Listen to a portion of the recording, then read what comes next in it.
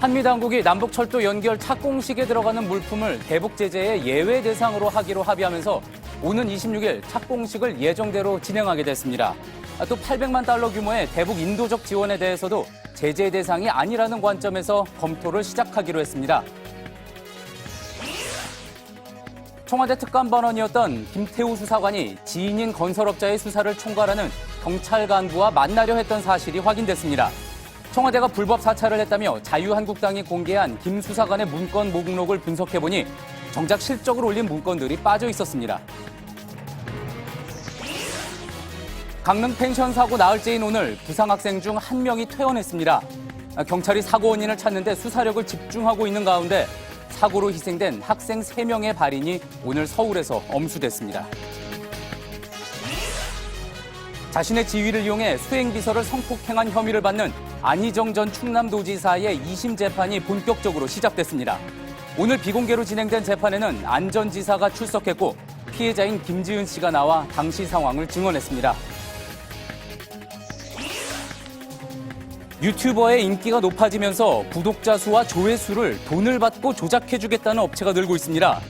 취재진이 직접 의뢰해보니 늘려주는 수만큼 정해진 가격이 있었고 입금만 하면 손쉽게 서비스를 이용할 수 있었습니다. JTBC 뉴스룸 지금 시작합니다.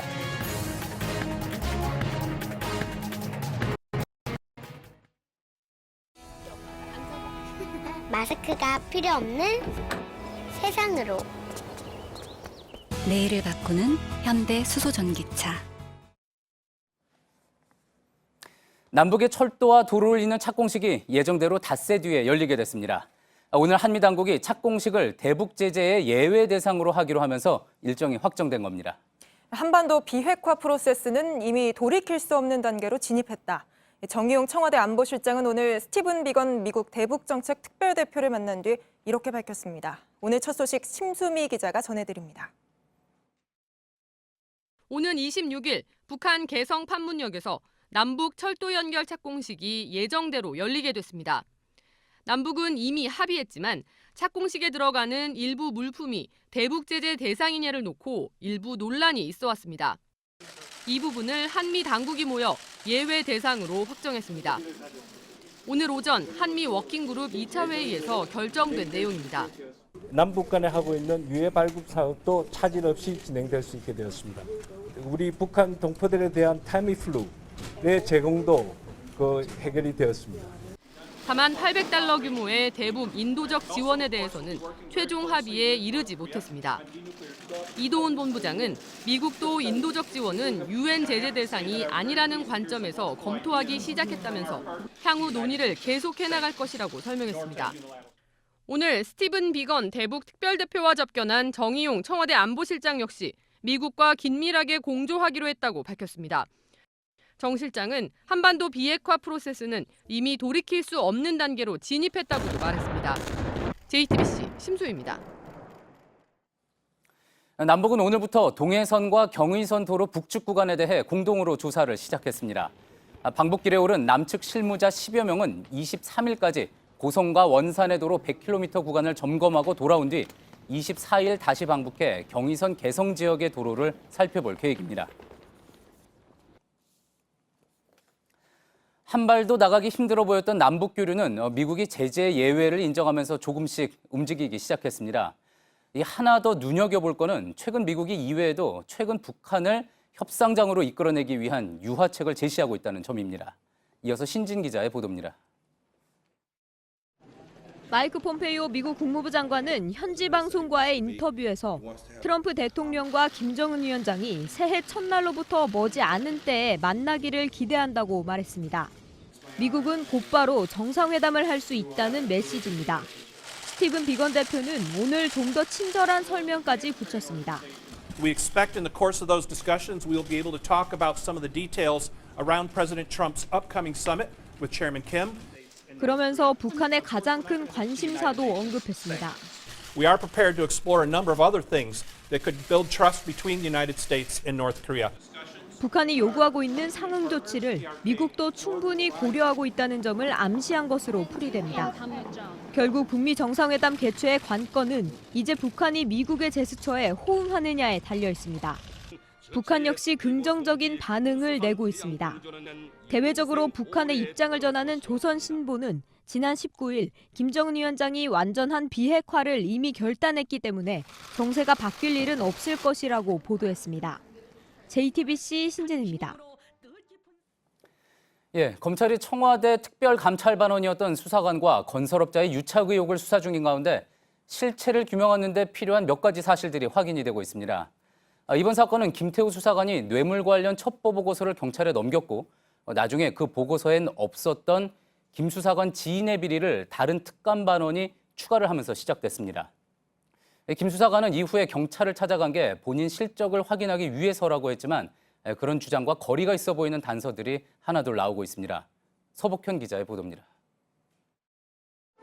청와대 특감반원이던 김태우 수사관이 지난달 사건 결과를 알아보기 위해 경찰청을 방문할 때 가져갔다는 문건입니다. 논란이 되는 건 지난해 10월 김 수사관이 만들어 경찰에 넘긴 국토부와 건설업체의 뇌물 사건입니다. 평소 알던 건설업자 최모 씨에게서 다른 건설업체의 비리를 제보받은 건데 이때 최 씨 비리는 빠졌습니다. 하지만 나중에 다른 특감반원이 최 씨가 뇌물을 줬다는 첩보를 경찰청에 추가로 넘긴 것으로 확인됐습니다.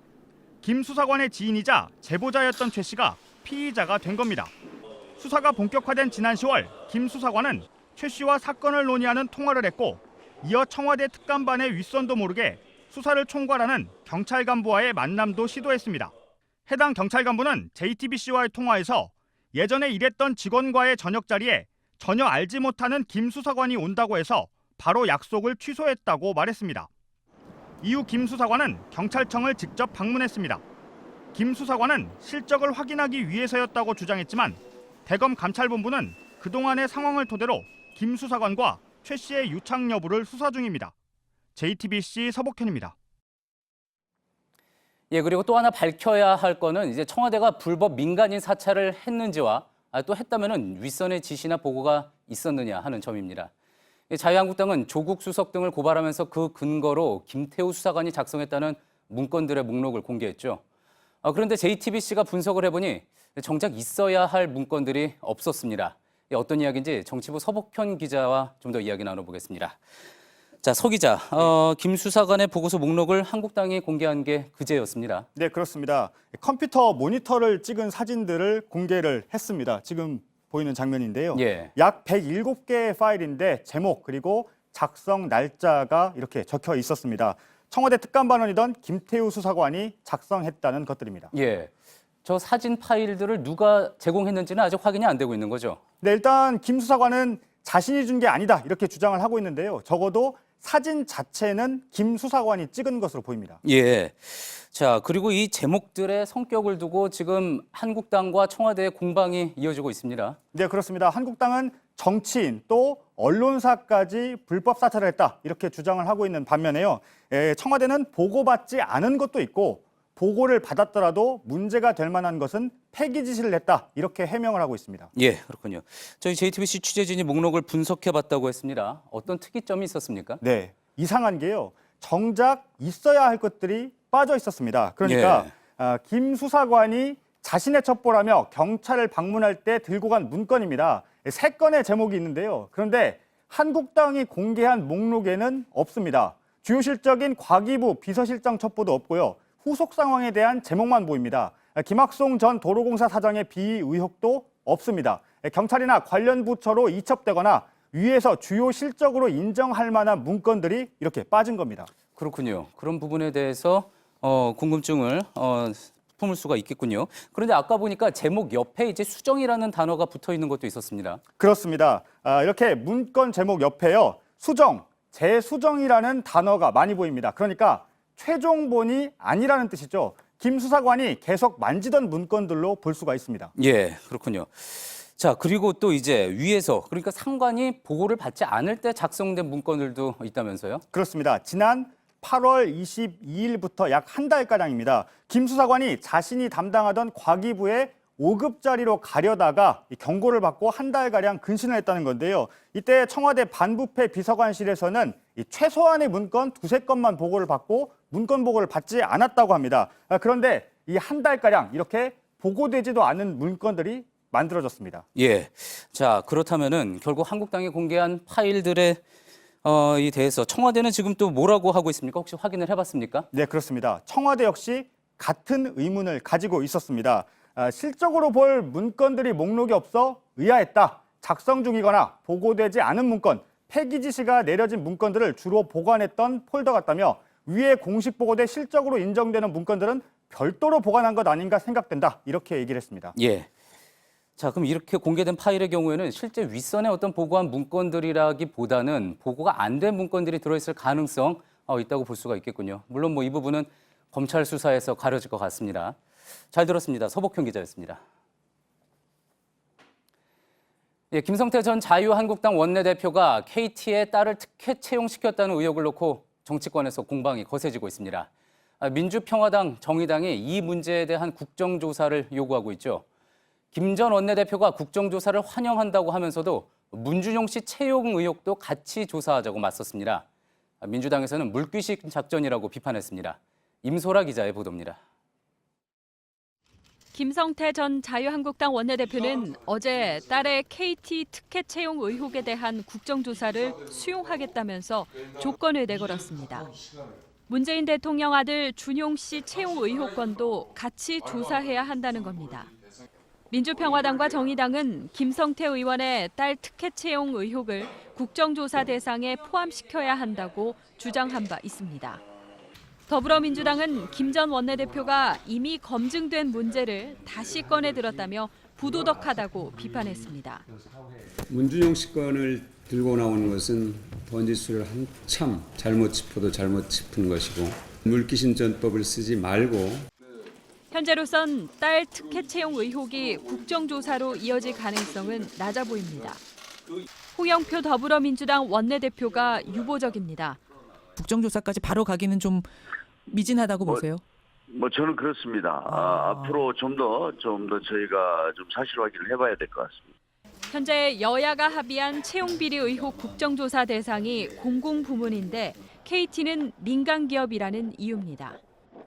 홍 원내대표는 그러나 의혹이 사실로 확인되면 국정조사 대상에 포함시킬 수 있다고 덧붙였습니다. JTBC 임소라입니다. 한국갤럽의 조사 결과 이번 주 문재인 대통령의 국정수행 지지도가 45%, 직무수행 부정평가는 46%로 집계됐습니다. 오차범위 내지만 문 대통령의 국정수행 지지도보다 부정평가가 높은 건 이번이 처음입니다. 긍정평가는 지난주와 같지만 부정평가가 한 주 전보다 2%포인트 높아졌습니다. 네, 강릉 펜션 사고로 병원에 입원했던 학생들 중 한 명이 오늘 처음으로 퇴원했습니다. 나머지 학생들도 회복하는 모습을 보이고 있다고 하는데요. 의식을 회복한 학생들의 증언도 나오면서 사고 원인에 대한 수사도 속력을 내고 있습니다. 하지만 아직 원주 세브란스에 옮겨진 학생들의 회복 속도는 더딘 편인데 취재 기자 연결해 자세히 알아보겠습니다. 배양진 기자, 원주 세브란스 병원에서 조금 전 긴급 브리핑이 있었는데 어떤 내용이었습니까? 네, 오늘 오후 5시쯤 원주 세브란스 병원에서 1시간 뒤 긴급 브리핑을 하겠다는 공지가 기자들에게 전해졌습니다. 이 병원에 입원해 있는 두 환자는 며칠 전부터 저체온 치료를 받고 있었던 만큼 기자들도 바짝 긴장할 수밖에 없었는데 병원 측 설명으로는 일단 생명에 지장은 없고 더디지만 회복세를 보이고 있는 것으로 전해졌습니다. 다만 지금은 수면제를 맞고 자고 있는 만큼 의식이 있는지를 확인하려면 주말이 지나야 할 전망입니다. 네, 강릉에서 아무래도 좋은 소식이 들어왔기 때문에 더 그럴 수밖에 없었을 것 같습니다. 퇴원한 학생 상태는 좀 어떻습니까? 네, 사고를 당했던 학생들 중 가장 먼저 의식을 찾았던 환자가 오늘 오후 4시 15분쯤 강릉 아산병원에서 퇴원했습니다. 퇴원하는 모습을 취재진도 먼발치에서 지켜볼 수 있었는데요. 아버지 옆에서 자연스럽게 걸어 나와서 취재진에게 인사를 꾸벅하고 차에 타는 모습을 볼 수 있었습니다. 네, 강릉 아산병원에 남은 학생들 4명 회복 속도가 좀 빠르다는 소식이 들려오고 있던데요. 어떻습니까? 네, 어제 일반 병실로 옮긴 2명의 학생은 이제 자유롭게 걷고 식사를 할 수 있을 정도로 회복이 됐습니다. 주말 동안 한두 번의 고압산소 치료를 더 받으면 일산화탄소 중독에 대한 치료는 거의 마무리되고 퇴원도 가능한 몸 상태가 될 것으로 보입니다. 아직 중환자실엔 2명이 남아있는데 한 학생은 이르면 내일쯤 일반 병실로 돌아갈 것 같고요. 다른 한 명도 의료진 손을 잡는 등 어제보다 반응이 명확해지고 있습니다. 네, 학생들 의식을 회복하면서 사고 원인에 대한 단서가 될 만한 이야기도 나오고 있다고 하던데요. 어떻습니까? 네, 먼저 의식을 회복한 학생들이 잠들기 전에 좀 어지러웠다고 말한 걸로 전해졌습니다. 일산화탄소 중독 초기 증상이 어지럼증인 만큼 가스가 꽤 일찍부터 새어나왔던 걸로 보입니다. 또 사고가 나는 펜션의 주인이 한 언론과의 인터뷰에서 가스 공급 업체가 10달 동안 점검을 나오지 않았다고 말한 바 있습니다. 액화 석유가스법에 따르면 가스 공급 업체는 6달에 한 번은 시설을 점검해야 합니다. 네, 지금까지 원주 세브란스 병원에서 배양진 기자였습니다. 네, 이번 사고로 세상을 떠난 학생들의 발인식이 오늘 엄수됐습니다. 대성고 3학년 학생 3명의 가족들과 친구들이 참석해서 추모를 했고 학생들을 태운 운구차는 모교에 들른 뒤 장지로 향했습니다. 이번 사고의 원인이 된 보일러는 펜션 베란다에 설치돼 있었죠. 올 초 베란다에 설치된 보일러 때문에 사망사고가 이어지면서 지난 여름부터는 베란다에 설치하지 못하게 했습니다. 하지만 소급 적용은 안 돼서 대부분의 베란다 보일러는 오늘도 위험을 안고 돌아가고 있습니다. 이렇게 그때는 괜찮았지만 지금은 안 되는 기준들 이뿐만이 아닌데요. 어떤 것들이 있는지 박상욱 기자가 정리했습니다.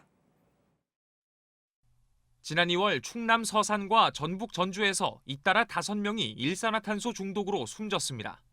집 베란다에 설치된 보일러에서 가스가 누출된 겁니다. 정부는 올 8월에야 가스보일러 설치 검사 기준을 개정했습니다. 방이나 거실, 욕실 등에 이어 베란다도 설치 제한 장소에 추가했습니다. 이번 강릉 펜션 사고도 베란다에 설치된 보일러에서 비롯됐습니다. 최근 5년간 발생한 가스보일러 사고 가운데 가스 중독이 차지한 비중은 무려 72%. 개정된 기준을 소급 적용했더라면 일부는 막을 수 있었던 일입니다. 이 같은 안전구멍은 도처에 깔려 있습니다. 흔히 볼 수 있는 연통의 석고붕대 마감도 다닥다닥 붙어있는 배기구와 환기구도 현행 규정엔 금지됐지만 이미 설치된 경우 아무런 제재가 없습니다. 전국 가스보일러 중 사용한 지 10년이 지난 노후 보일러는 46.5%에 달합니다. 새로 설치된 보일러에 대한 기준은 강화됐지만 절반에 달하는 보일러는 10년 전 기준만 지킨 채 위험을 안고 가동되고 있습니다. JTBC 박상욱입니다. 나도 심석희처럼 맞았다는 쇼트트랙 선수들의 이딴 고백들. 어제는 2002년 올림픽 금메달리스트 주민진 선수가 저희 뉴스룸에서 그동안 알려지지 않았던 폭력들을 털어놓았습니다. 또 다른 올림픽 금메달리스트 변천사 선수에 이은 용기 있는 고발이었죠. 심석희 선수를 때린 조재범 전 코치의 과거 기억을 꺼낼 땐 잠깐 울먹이기도 했습니다. 내가 맞을 때 위로해주던 선수가 폭력 가해자가 됐다는 게 슬프다. 서글픈 폭력의 대물림이 아닐 수 없습니다. 쇼트트랙에 이어지는 폭행 피해 고백 속에서 대한체육회는 과거 은폐됐던 폭행도 다시 조사하겠다고 밝혔습니다. 먼저 이도성 기자입니다. 머리 해체를 잡아서 흔들다가 이제 던진다던가, 내 발로 찬다던가, 독방에 들어가서 혼나고 폭행을 당한다던가. 15년도 더 지난 일이었지만 주민진이 털어놓은 이야기는 구체적이고 충격적이었습니다. 지도자의 말이라면 무조건 따라야 한다 여기던 어린 선수들에게 폭력은 감히 거부할 수도 입 밖에 낼 수도 없는 일이었습니다. 때려야 좋은 성적으로 이어진다는 그릇된 생각. 처참한 폭력이 끊이지 않고 이어졌습니다. 왜 그렇게 폭력을 행사했을까요? 무조건 많은 훈련량과 그냥 한 번 때리면 따라오는 그런 폭력을 행사하는 그런 예전의 방법을 그대로 사용을 하다 보니까 대한체육회는 폭행과 성폭력, 승부조작 등에 대해 종목별로 전수조사하겠다고 밝혔습니다. 주민진 선수처럼 그간 공개되지 않은 폭력 사건에 대한 조사 범위도 다음 달 결정하기로 했습니다. 조사를 실시를 해야지. 이제 조사를 할 겁니다. 체육회는 조사 후 비위 사실이 적발되면 모두 검찰에 고발하고 무관용으로 대응하겠다고 덧붙였습니다. JTBC 이도성입니다. 네, 이렇게 다른 선수들이 나도 맞았다면서 토해놓은 고백들, 폭력의 아픈 사실들을 되돌아보게 하는데요. 이 문제를 계속 취재해온 스포츠부 백수진 기자와 한 걸음 더 들어가 보겠습니다. 네, 백 기자. 먼저 주민진 선수가 어제 얘기했던 이 폭력의 대물림 매우 충격적이었는데 어제 전하지 못한 내용, 새롭게 취재한 내용이 있다고요? 네, 선수 시절 폭행 피해자를 위로했던 조재범 전 코치가 폭행 가해자로 뒤바뀐 현실. 이런 폭력의 대물림에 대해 주민진 선수가 방송에서 미처 말하지 못한 부분도 있었습니다. 먼저 들어보시죠. 코치 선생님께서 이제 엎드려 뻗쳐라고 하죠. 그 자세로 계신 것을 제가 보게 됐고요. 그 공간 안에는 감독님과 코치님 두 분만 계셨거든요. 네, 그러니까 주 선수가 과거에 목격했던 장면을 설명하는 것 같은데 감독이 그 아래 있는 코치를 때리는 장면을 내가 봤다 이런 말인 거죠? 때리는 것까지는 아니고 이제 엎드려 뻗쳐 자세를 한 걸 본 건데요. 감독이 코치를 벌주고 또 코치는 그 다른 선수를 폭행하는 구조가 쇼트트랙 안에 있었다는 겁니다. 이런 모습들이 쇼트트랙 안에 폭력 문화로 이어져 왔다 이렇게 볼 수 있을 것 같습니다. 굉장히 씁쓸한 현실인 것 같은데 주민진 선수는 어제 선수들은 왜 맞고도 말하지 못하는지 이런 부분도 지적을 했죠. 네, 지도자들이 어떻게 가르쳐야 할지를 공부하지 않고 가장 손쉬운 방법인 폭력을 훈련의 수단으로 쓴다고 얘기를 했죠. 지도자들이 아이스하키 채로 때리고 또 스케이트 날집으로 채찍질하듯 내리치고 또 선수들이 맞다가 쓰러질까 봐 음료수를 먹게 하고 또 때렸다는 고백도 했습니다. 선수들은 그동안 이런 폭력이 훈련을 위해서는 당연하다고 생각하고 받아들였다는 부분도 충격적이었습니다. 심석희 선수 말고도 조재범 전 코치에게 맞은 또 다른 피해자들도 백 기자가 인터뷰를 좀 진행을 해봤다고요? 네, 오늘 폭력 피해자 선수들과 전화 인터뷰를 했습니다. 선수들은 과거에는 다들 그렇게 하니까 폭력은 특별한 게 아니라 어쩔 수 없는 것이라고 생각해서 받아들였다고 말했습니다. 선수들의 고백이 조금 일상화된 폭력을 고백하는 것 같은데 혹시 다른 이야기는 없었습니까? 이 올바른 과정보다는 최고의 결과만을 바라보는 우리 스포츠의 불편함이 낯지죠. 심석희 선수와 함께 운동했던 선수들은 석희는 잘하니까 더 많이 맞았다고 말했습니다. 심지어 과거에는 많이 맞는 게 선생님들의 관심을 더 받고 있다는 증거라고 생각하는 학부모도 있었다고 합니다.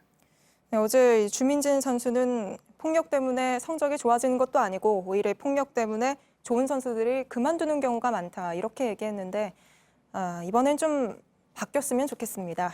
지금까지 스포츠부 백수진 기자였습니다.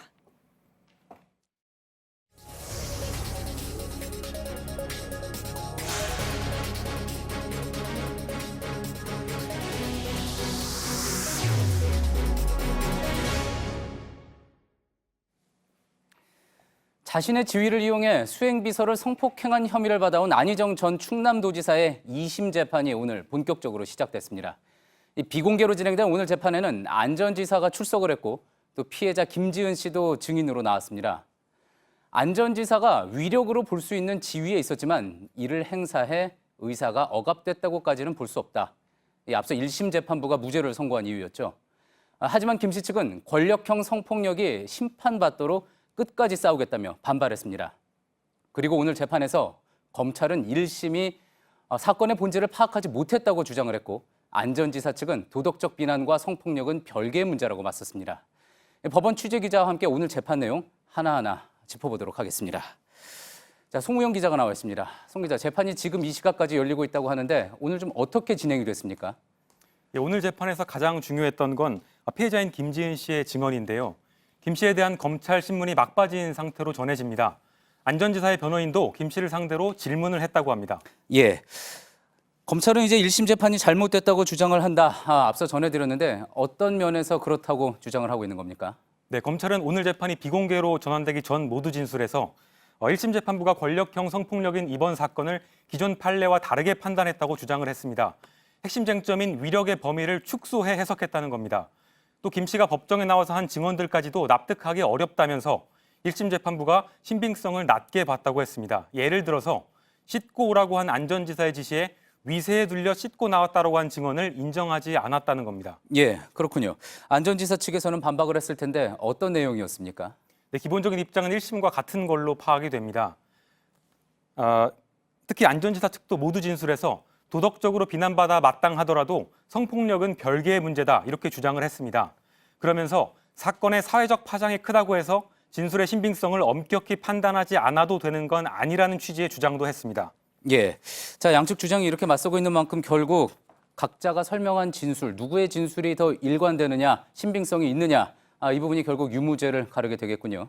그렇습니다. 항소심 재판부가 김 씨의 진술의 신빙성을 얼마나 인정하느냐에 따라서 결과가 달라질 걸로 보입니다. 예. 이와 함께 위력의 범위를 어디까지 인정할지도 주목됩니다. 앞서 1심은 김 씨가 안전지사를 적극적으로 뿌리치지 않았다면서 위력을 행사한 걸로 보기 어렵다고 봤는데요. 이를 두고 위력의 범위를 너무 좁게 해석했다는 말도 나왔습니다. 도지사와 수행비서라는 권력 관계 속에서 첫 성폭행 뒤 저항을 포기했을 가능성도 있다는 겁니다. 예. 자, 그렇다면 앞으로 재판은 이제 어떻게 진행이 됩니까?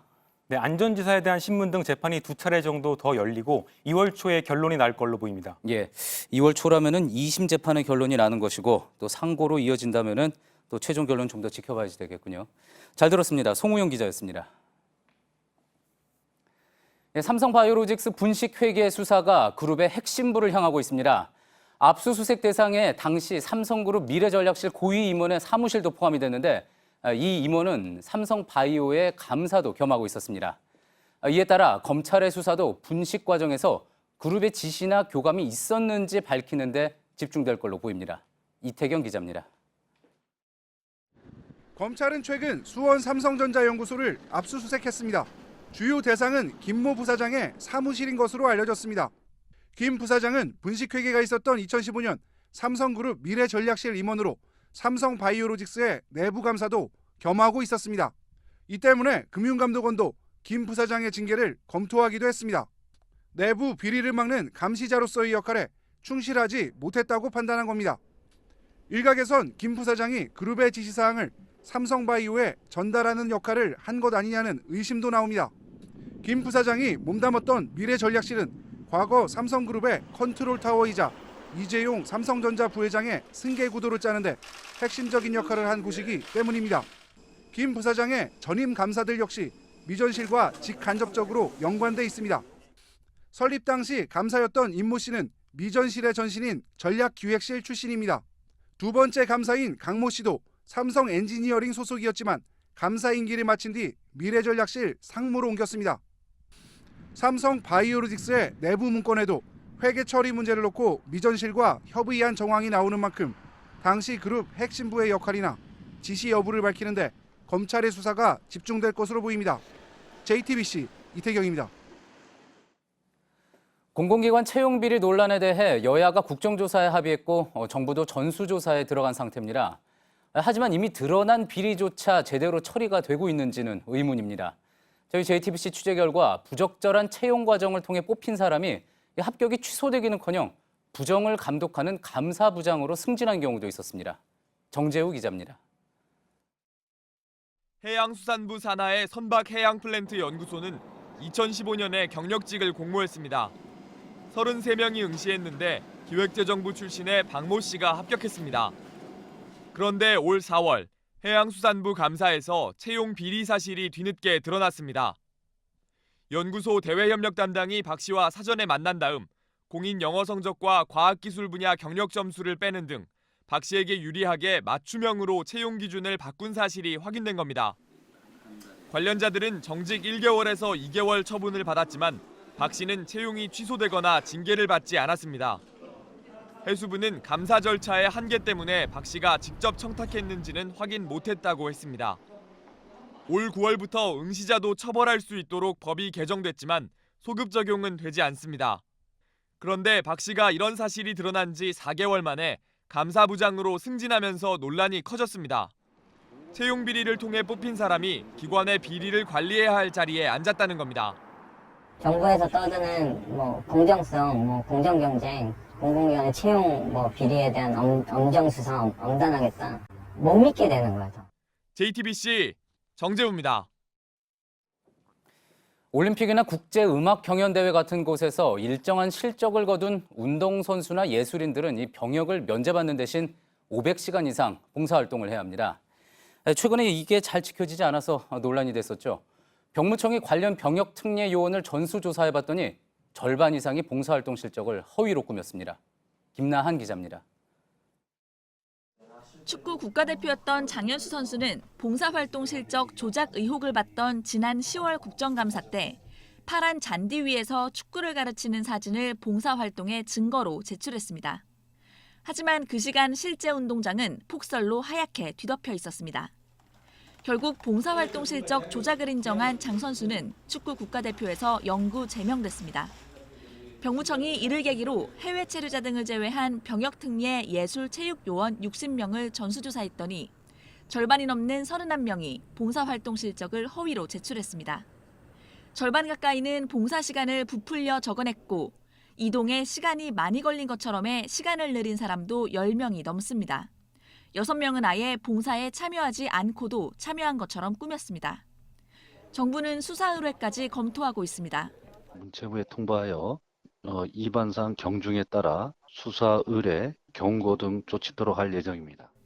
병무청은 해외 체류 등으로 조사를 하지 못한 25명도 조만간 조사하겠다는 방침입니다. JTBC 김나은입니다. 트럼프 미국 대통령이 전격적으로 시리아 철군 결정을 내린 데 대한 후폭풍이 거셉니다. 트럼프 정부 출범 이후 2년간 자리를 지켜온 제임스 매티스 국방장관이 동맹국의 존경을 보여주지 않고서는 미국을 지킬 수 없다며 장관직을 던졌습니다. 영국과 프랑스 등 동맹국들도 발끈했습니다. 김혜미 기자입니다. 당신은 당신과 견해가 더 맞는 국방장관을 선택할 권리가 있다. 매티스 국방장관이 트럼프 대통령에게 결별을 선언하며 편지를 남겼습니다. 트럼프 대통령이 이슬람 국가 IS와의 전쟁에서 승리했다며 시리아 주둔 미군 철수 결정을 발표한 지 하루 만입니다.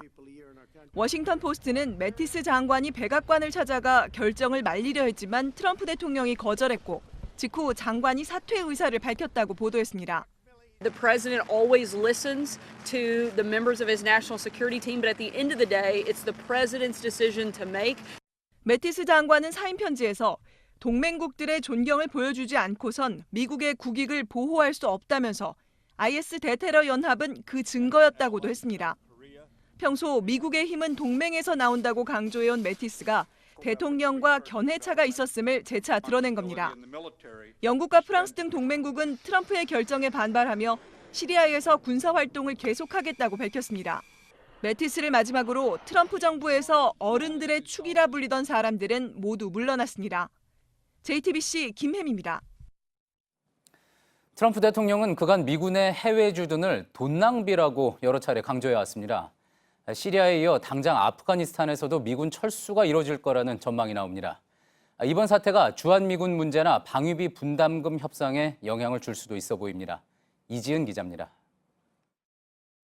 뉴욕타임스는 트럼프 행정부가 아프간에 주둔한 미군 14,000명 중 7,000명을 복귀시킬 것을 검토 중이라고 보도했습니다. 철수는 수주 혹은 몇 달 후에 실행될 것이라고 덧붙였습니다. 미군의 해외 주둔은 돈 낭비라는 트럼프 대통령의 평소 인식이 잇따라 실천에 옮겨지는 셈입니다. 트럼프 대통령은 지난 3월 미국이 중동 전쟁에 개입해 7조 달러를 낭비했다고 주장했습니다. 이달 초엔 올해 국방비로 7,160억 달러를 썼다며 정신 나간 일이라고 했습니다. 워싱턴 포스트는 충동적인 트럼프 대통령을 견제하고 균형을 잡았던 매티스까지 퇴장해 새로운 불확실성이 커지게 됐다고 진단했습니다. 뉴욕타임스는 주한미군 문제와 이란 핵합의 철회 논란 등에서 매티스 장관의 조정자 역할을 주목했습니다. 한반도 이슈로까지 그 파장이 퍼질 수 있다는 것입니다. 미국의 외교 전문지 내셔널 인터레스트는 트럼프 대통령이 이번 철수를 시작으로 한국이나 유럽 동맹에 막대한 방위비 분담금을 요구할 수도 있다고 전망했습니다. 매티스 장관의 후임은 누가 되든 트럼프 대통령 임기 후반기 동안 안보 부문에서 친정 체제를 구축하는 역할을 담당할 것이란 분석입니다. JTBC 이지은입니다. 최근 인기를 끌고 있는 유튜브에서 구독자 수와 조회사 수는 광고 수익과도 맞물려 있습니다. 그런데 돈을 받고 이걸 조작해주겠다는 업체들이 끊이질 않아서 논란인데요. 실제 저희 취재진이 계정을 만들어서 접촉해보니 12만 5천 원만 내면 1,000명 늘려준다는 업체도 있었습니다. 이예원 기자가 취재했습니다. 유튜브 채널의 구독자 수를 늘려준다는 업체의 사이트입니다. 일정한 금액을 내면 1,000명을 늘려준다고 유혹합니다. 취재진은 유튜브 계정을 만든 뒤 해당 업체에 접촉해봤습니다. 차량에서 그냥 밖을 찍은 영상 2개를 올린 뒤 처음 닷새 동안은 구독자가 전혀 없다가 업체와 접촉한 다음 날부터 구독자가 수십 명씩 늘어 사흘 만에 100명을 넘겼습니다. 그러나 구독자와 비교해 실제 조회수는 수십 건에 그쳤습니다. 조회수를 늘려준다는 업체도 있습니다. 몇 명을 원하시는데? 저 2,000명부터 받아주세요. 알수를 내려줘요. 업계에선 유튜브 사용 등에 필요한 구글 아이디를 쉽게 만들 수 있다는 점을 악용한 걸로 보고 있습니다. 대량으로 아이디를 만든 뒤 구독자 조작 등에 동원한다는 겁니다. 이에 대해 유튜브 측은 독자적인 기술을 통해 조작 행위 등을 감시하고 있다고 밝혔습니다. 다만 현재 시스템으로 완벽하게 방지하기는 어렵다고 전했습니다. JTBC 이혜원입니다. 네, 초등학생들 사이에선 유튜브로 개인 방송을 하는 유튜버가 장래희망에 오를 정도로 인기가 많습니다. 한 달에 회사원 연봉 정도를 버는 초등학생 유튜버도 있다고 하는데 부작용을 걱정하는 목소리도 있습니다. 이어서 류정화 기자가 보도합니다. 집에서 엄마 몰래 라면을 끓여 먹었다거나 해조류 먹는 소리를 들려주고 인기가 많은 초등학생들의 유튜브는 조회수가 수백만에 달합니다. 아예 콘텐츠 기업과 제휴를 하고 한 달에 2천만 원에서 3천만 원을 버는 아이들도 있는 걸로 알려졌습니다. 하지만 걱정을 하는 학부모들도 있습니다. 유해 성분이 검출된 이른바 액체 괴물 만들기, 자극적인 게임 방송 중계 등도 아이들 사이에서 유행하고 있기 때문입니다. 선정적인 영상을 만들거나 볼까봐 걱정도 합니다. 보다가 링크 타고 또 넘어가고 하다가 어린이들 유튜브라고 해도 너무 어린이들 눈높이에 맞춰서 나오지는 않아요. 이런 논란에 대해 유튜브 측은 어린이나 청소년에게 유해한 콘텐츠를 걸러내는데 적극 협조할 방침이라고 밝혔습니다. JTBC 류정화입니다. 어제 강원도 화천에서 군대 간 아들을 만나고 돌아오던 일가족 등 4명이 교통사고로 숨진 안타까운 소식 전해드렸습니다. 하루가 지났지만 여전히 현장엔 처참했던 당시 흔적이 남아있었습니다. 숨진 여자친구 품엔 아직 뜯어보지도 못한 신병 남자친구의 편지 10여 통이 발견됐습니다. 조승현 기자입니다. 4명의 목숨을 앗아간 사고는 어제 저녁 6시쯤 강원도 화천군 460번 지방도에서 발생했습니다. 사고 현장입니다. 왼쪽으로 굽은 내리막길을 달리던 차량은 방향을 꺾지 않고 도로 옆 배수로로 돌진해 가로수와 표지판, 전신줄을 잇따라 들이받았습니다. 이후 공중에 떴다가 거꾸로 땅에 떨어진 차량은 그 속도 그대로 10여 미터를 더 내려가 이곳 배수로에 멈춰섰습니다. 김 씨의 아내와 2딸, 김 씨 아들의 여자친구까지 모두 4명이 숨졌고 운전자 김 씨도 크게 다쳐 병원에서 치료를 받고 있습니다. 이들은 사고 지점에서 3.5km 떨어진 신병교육대에 다녀오던 길이었습니다. 5주간 신병교육을 마친 김 씨 아들을 만난 뒤 다시 부대에 내려주고 얼마 못 가 사고가 난 겁니다. 경찰에 따르면 운전자 김 씨는 술을 마시진 않았습니다. 숨진 4명은 모두 차량 밖에 튕겨져 나와 있었습니다. 경찰은 안전벨트를 매도 그럴 수 있다며 과속 등 사고 경위를 조사하고 있다고 밝혔습니다. 한편 숨진 여자친구의 소지품 가운데 남자친구가 부대 안에서 쓴 편지 10여 통이 발견돼 안타까움을 더했습니다. JTBC 조승현입니다. 바다에서 술 마시고 배를 모는 건 음주운전만큼이나 위험하죠. 음주운전도 문제지만 음주 운항은 좀처럼 줄지 않고 그러다 보니까 사고도 끊이지 않고 있습니다. 해경이 단속에 나서도 측정을 거부하고 되레 반발하는 경우까지 있는데요. 처벌 규정을 도로위와 비교해보니 백길에서는 더 느슨했습니다. 배승주 기자가 취재했습니다. 통영 앞바다에서 멈춰선 낙지잡이 어선 위에서 선장과 해경이 실랑이를 벌입니다. 음주 측정을 받으란 거듭된 요구에도 선장은 꿈쩍하지 않습니다. 측정 거부면 음주 측정에 최대 벌금이 나옵니다. 결국 측정기를 분 선장 57살 박모 씨의 혈중 알코올 농도는 0.208%였습니다. 어제 새벽 조업하기 전 추위를 이기려 선원과 함께 막걸리 2리터를 나눠 마신 겁니다. 야간에 작은 어선이 지그재그로 운항하여 그 인근 선박이 이상하게 생각해서 대형 선박의 음주 운항도 흔한 일입니다. 남해상에서 붙잡힌 560톤급 유조선 선장은 혀가 꼬인 채 횡설수설합니다. 술 안 가신 당신은요, 그래 알고 내가 알아서 대할게. 최근 6년간 음주운항으로 적발된 사례는 600건이 넘습니다. 이 중 72건이 사고로 이어져 8명이 숨지거나 실종됐습니다. 혈중 알코올 농도가 0.03%가 넘으면 적발 횟수에 따라 최대 1년간 면허가 정지됩니다. 그러나 알코올 농도에 따른 정지나 취소 기준이 없어 만취 상태까지 가는 경우가 잦습니다. 음주운항을 묵인한 사람에 대한 처벌 규정도 없어 배에서 다 함께 술을 마시는 관행이 끊이지 않는다고 해경은 지적합니다. JTBC 배성주입니다. 오늘 이해찬 민주당 대표가 고 김용균 씨가 숨진 태안화력을 방문했는데요. 발전소에서 어제 내내 물 청소를 실시했던 것으로 드러났습니다. 열악한 환경을 숨겼을 뿐 아니라 재해 현장을 훼손했다는 지적입니다. 정종문 기자입니다. 고 김용균 씨가 숨진 태안화력발전소입니다. 안전모를 쓰고 이해찬 민주당 대표 등 일행이 발전소 안으로 들어갑니다. 발전소 안 바닥 곳곳에서 물기가 보입니다. 설비 안쪽에서도 물기가 보입니다. 어제 태안발전소는 하루 종일 물청소를 했습니다. 청소는 오늘도 이어졌습니다. 석탄먼지 등으로 뿌옇던 사고 당시와는 완전히 다른 모습입니다. 태안화력 시민대책위 관계자는 작업 현실을 있는 그대로 보여줘야 근본적인 대책이 나오는데 물청소로 열악한 환경을 숨겼다고 주장했습니다. 평소에는 설비에 영향을 준다며 잘 하지 않는 물청소입니다. 태안화력은 이해찬 대표 등이 방문할 때는 발전소 내 컨베이어 벨트를 모두 중단하라고 지시했습니다.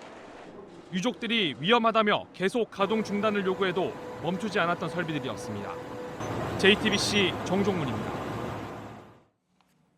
올겨울 독감의 기세가 심상치 않습니다. 독감주의보가 내려진 지 한 달 만에 환자 수가 4배 가까이로 늘었고 어린이, 청소년 환자도 많은데요. 독감 예방접종 아직 늦지 않았다고 합니다. 김백기 기자입니다. 소아과 의원의 환자 대기실이 북적입니다. 대부분 감기 증상 때문에 병원을 찾았습니다. 기침이랑 가래, 열도 좀 났었고요. 지난달 셋째 주 독감 유행주의보가 처음 발령됐을 당시 독감 의심 환자 수는 외래 환자 1000명당 13명 수준이었습니다. 하지만 한 달 만에 4배에 가까운 48명으로 늘었습니다. 어린이와 청소년이 특히 많습니다.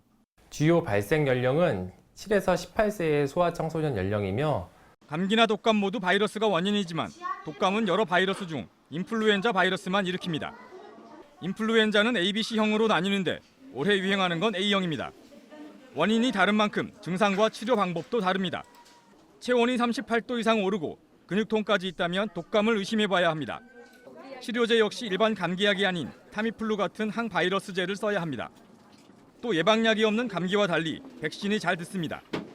항체는 약 6개월간 유지되기 때문에 내년 3, 4월까지 독감을 예방하려면 지금이라도 접종을 받는 게 좋습니다. 만 12세 이하 어린이와 65세 이상 노인은 보건소에서 무료로 백신을 맞을 수 있습니다. JTBC 김백기입니다. 주말을 앞둔 오늘 서울광장 스케이트장이 문을 열었습니다. 지난해보다 규모도 커지고 다양한 프로그램도 준비했는데 마침 오늘 미세먼지가 극성을 부렸습니다. 지난 겨울에도 미세먼지 탓에 12번이나 운영이 중단됐는데 올해는 더 잦을 것 같습니다. 당장 이번 주말에도 미세먼지가 기승을 부릴 전망입니다. 열흘 넘는 공사 기간을 거쳐 서울광장이 스케이트장으로 탈바꿈했습니다. 안전모를 쓰고 길게 줄을 선 시민들이 7시 정각이 되자 빙판 안으로 달려나갑니다. 처음 빙판 위에 서보는 아이들은 아빠 손을 놓지 못합니다. 평창올림픽 이후 국민운동이 된 컬링도 체험해 볼 수 있습니다. 오늘 개장한 서울광장 스케이트장은 내년 2월 10일까지 운영됩니다. 하지만 개장 첫날 반갑지 않은 손님인 초미세먼지가 함께 찾아왔습니다. 지금 이곳의 초미세먼지 농도는 세제곱미터당 50 마이크로그램입니다. 스케이트장 중단 기준인 시간당 평균 75 마이크로그램에는 미치지 못했지만 마스크를 끼고 스케이트를 타는 사람도 보입니다. 오늘 초미세먼지는 서울뿐 아니라 전국을 뒤덮었습니다. 부산과 충남, 전북에서는 미세먼지 비상저감 조치도 시행돼 화력발전소 10곳이 출력을 80% 아래로 낮췄습니다. 환경부는 대기가 정체되면서 내일도 강원 영동을 제외한 전국에서 초미세먼지 나쁨 수준일 것으로 예보했습니다. 주말까지는 온화한 날씨가 이어지지만 일요일 오후부터 찬바람이 불고 미세먼지도 점차 해소될 걸로 보입니다. JTBC 백민경입니다. 29명의 목숨을 앗아간 제천 스포츠센터 화재가 난 지 오늘로 딱 1년이 됐습니다. 당시 비상구는 막혀 있었고 불법 주차된 차들 때문에 소방차 진입이 늦어져 피해를 키웠죠. 이런 허망한 피해를 막고자 그동안 많은 대책이 쏟아졌는데 현장은 달라졌을까요? 정영재 기자가 취재했습니다.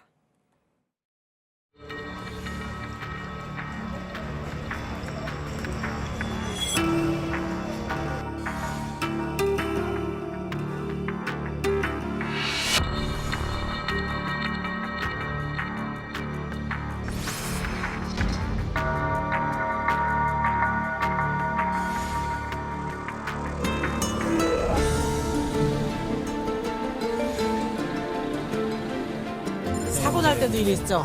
변함없어요. 큰 사고가 났는데 계속 저러니까 조금 그렇죠.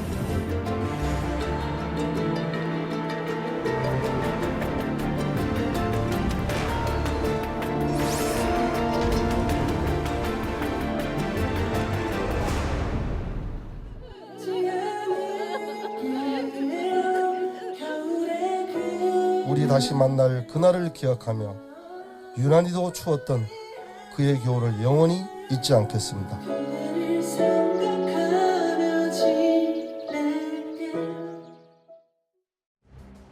지난 7월 포항에서 발생한 해병대 상륙기동 헬기 마리논의 추락사고 원인이 부품 결함인 것으로 결론났습니다. 민관군 합동사고조사위원회는 프랑스 업체가 공급한 핵심 부품인 로터마스터에 균열이 생겨서 사고가 발생했다고 밝혔습니다. 음주운전을 하다 적발된 김종찬 전 청와대 의전비서관이 벌금 400만 원으로 약식 재판에 넘겨졌습니다. 검찰은 김 전 비서관이 전과가 없고 적발 당시 혈중 알코올 농도 등을 감안해서 추가 조사 없이 벌금 액수를 정했습니다. 필리핀 여성을 가사도우미로 불법 고용한 혐의를 받아온 조양호 한진그룹 회장의 부인 이명희 씨가 재판에 넘겨졌습니다. 이 씨는 필리핀 여성 6명을 대한항공 직원인 것처럼 서류를 꾸며 연수생 신분으로 초청한 뒤 가사도우미로 일을 시킨 혐의를 받고 있습니다. 같은 방식으로 필리핀 여성 5명을 가사도우미로 고용한 딸 조현아 전 대한항공 부사장은 벌금 등을 부과할 수 있는 약식 재판에 넘겨졌습니다. 내후년부터 발급되는 차세대 전자여권 디자인이 확정됐습니다. 문화체육관광부는 30년 만에 녹색에서 남색으로 바뀌는 새 여권 디자인을 발표했는데 오른쪽 위에는 나라 문장이, 왼쪽 아래엔 태극 무늬가 도드라집니다. 내년부터는 승용차 번호판도 반사필름 재질의 태극 무늬가 들어가고 번호도 맨 앞자리에 숫자가 한 자리 더 추가됩니다. 경찰이 임원을 폭행하고 경찰과 소방대에 진입까지 막은 유성기업 노조원 10명을 입건하고 이들 가운데 4명에게는 사전 구속영장을 신청했습니다. 경찰에 따르면 사전 구속영장이 신청된 4명은 임원을 직접 폭행한 혐의를 받고 있습니다. 8년째 노사 대립이 이어진 유성기업은 지난달 22일 임원 1명이 노조원들에게 집단 폭행을 당해 다치는 사건이 있었습니다.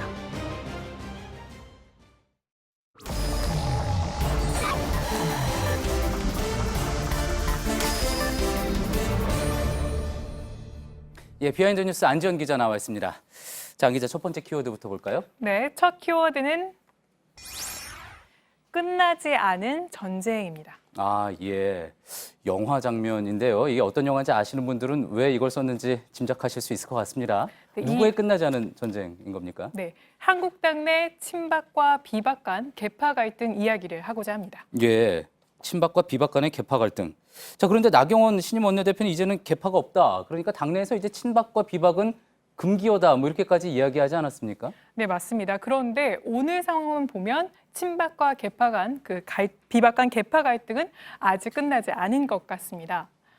예, 한국당 친박계 김진태 의원은 오늘 비박계 수장으로 불리는 김무성 의원을 향해서 날선 공격을 했는데요. 먼저 이 발언부터 들어보시죠. 예. 한때 당 대표까지 역임하신 분이라면 인간으로서 최소한의 염치는 지켜주시기를 당부드립니다. 어떻게 하다가 이렇게까지 망가져야 하는지 측은합니다. 아, 예. 자, 김무성 전 대표, 그러니까 김무성 의원에 대해서 이야기를 한 거잖아요. 어떤 부분에 대해서 최소한의 염치를 지켜달라 염치가 없다 이렇게까지 이야기를 한 겁니까? 네, 오늘 나온 월간 조선과의 인터뷰 내용 때문이었는데요. 김무성 전 대표의 인터뷰 내용인데 보시는 것처럼 이 친박 의원들의 이렇게 실명을 거론하면서 예. 친박 핵심 중진들이 박근혜 퇴진을 청와대에 건의했고 또 태극기 집회에 참석했던 김진태 의원조차도 이 탄핵을 가자 이런 탄핵을 찬성하는 주장을 했다 이렇게 밝혔습니다. 예.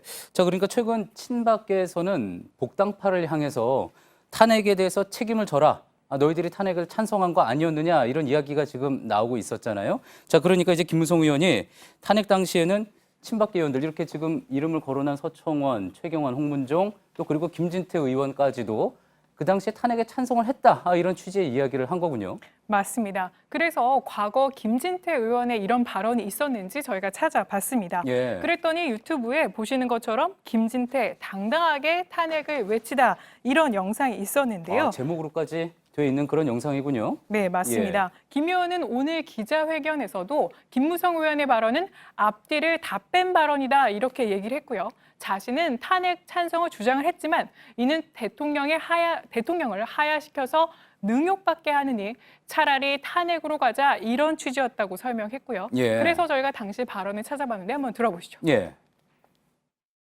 그게 헌법재판소에서 탄핵 의견이 되겠습니까? 노무현 대통령도 탄핵이 안 되는데요.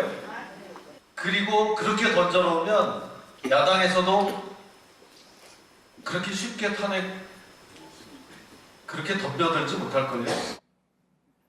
그러니까 어차피 탄핵을 시도해도 안 될 거니까 오히려 야당에 부담을 주자 뭐 이런 취지였다는 거군요. 네, 그러니까 진심은 그렇지 않지만 그런 취지에서 탄핵을 찬성했다 이런 취지였던 겁니다. 예. 그리고 김무성 의원은 또 앞서 실명이 언급됐던 친박 의원들은 청와대 대통령의 퇴진을 건의했었다 이렇게 말했는데요. 이를 확인하기 위해서 저희가 몇몇 친박 의원들과 통화를 시도했지만 아직까지 연결이 되진 않았습니다. 예.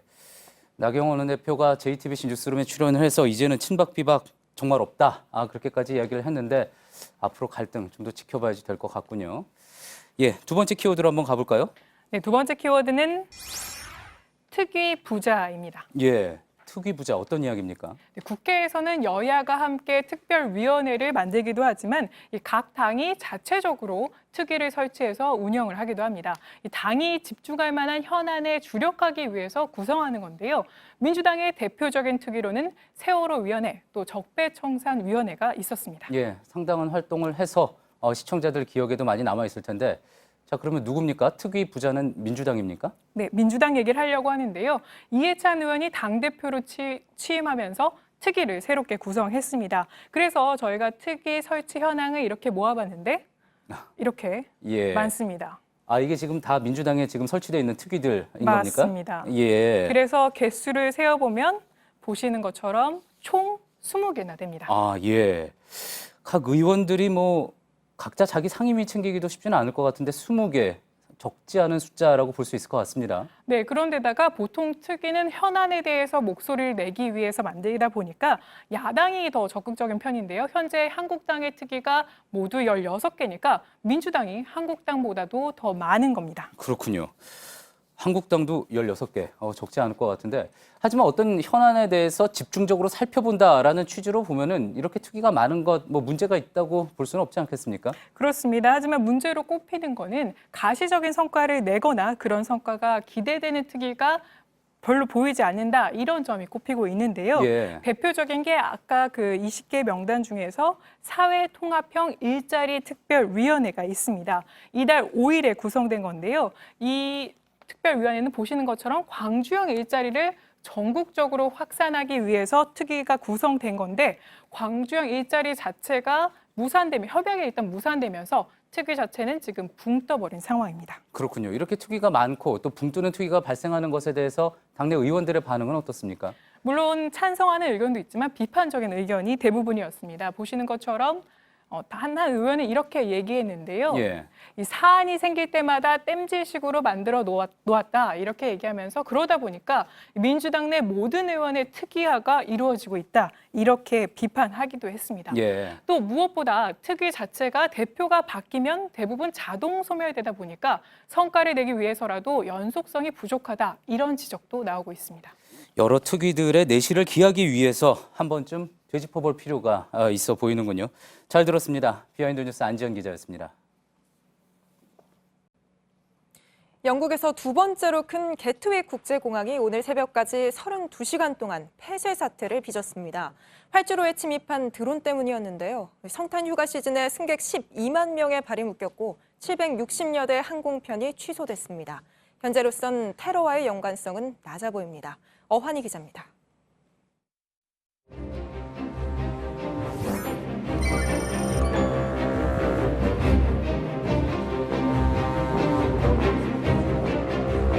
Incredibly excited that the day had come that we were going to go in search of Father Christmas. But there are no announcements. We don't know what's going on.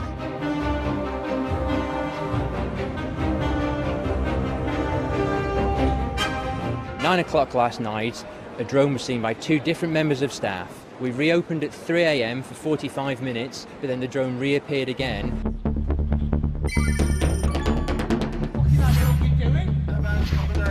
So I'm absolutely convinced it's a deliberate act to disrupt Gatwick Airport.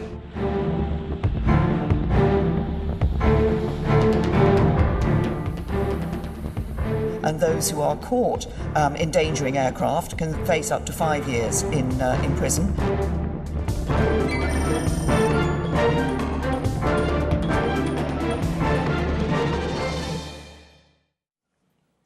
내일 전국에 걸쳐 구름이 많은 가운데 전국의 기온이 평년보다 3도에서 6도가량 높겠습니다. 다만 대기 정체로 미세먼지가 쌓이면서 내일도 초미세먼지 농도가 전국에 걸쳐 나쁨 수준일 전망입니다.